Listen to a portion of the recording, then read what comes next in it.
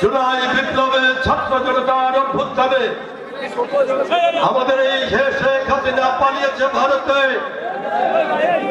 আমাদের আজকে দাবি হচ্ছে, আমার পূর্বের বক্তাদের সঙ্গে আমি বলতে চাই, সরকারকেও আমি বলতে চাই, অনতিবিলম্বে একটা জাতীয় নির্বাচন দিতে হবে।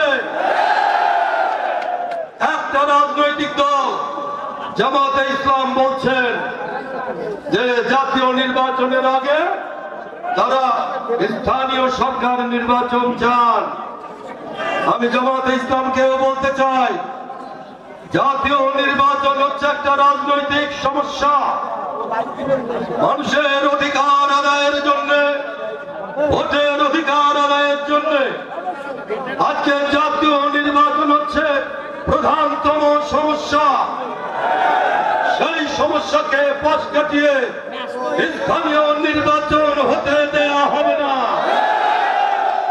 আপনারা কি স্থানীয় নির্বাচন চান? এমপি ইলেকশনের আগে, জাতীয় নির্বাচনের আগে চান?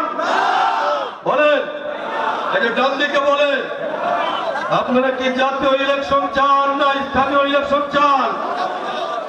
আমরা জাতীয় নির্বাচন চাই, কারণ জাতীয় নির্বাচন একটা সমস্যা তৈরি করে রেখেছে। একটা অনির্বাচিত সরকার দেশে এসেছে, সরকারের কর্মসীমা বুঝতে হবে। এই সরকারের কাজ হচ্ছে অবাধ সুষ্ঠু একটি নির্বাচন করা।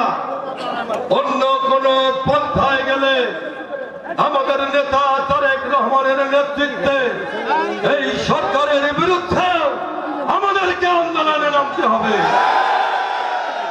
বন্ধুরা আমার, সেই দিক থেকে আপনাদেরকে আজকে ঐক্যবদ্ধ হতে হবে।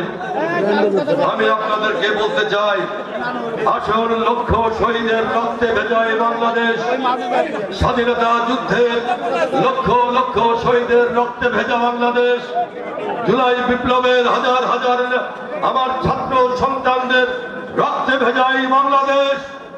এই বাংলাদেশে আসুন, আমরা গণতন্ত্র ফিরিয়ে আনি। আমাদের নেতা তারেক রহমান, বেগম খালেদা জিয়ার নেতৃত্বে এই বাংলাদেশে আমরা সবাই মিলে হাতে হাত রেখে এই সরকারকে আমরা বলি, অনতিবিলম্বে জাতীয় সরকারের ঘোষণা তাকে দিতে হবে।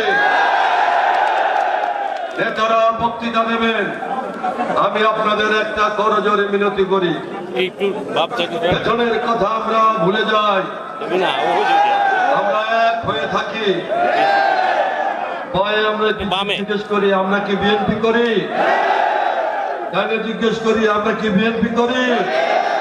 জোরে বলেন, বিএনপি করি। সবাই বলেন, বিএনপি করি। কোন ভেদাভেদ যেন আমাদের মধ্যে না হয়। আজ থেকে রাজবাড়ী জেলার বিএনপির মধ্যে কোন গ্রুপিং হবে? কেউ চাই? চাই না। এই মাটি আমার, এই রাজবাড়ী জেলা আমাদের।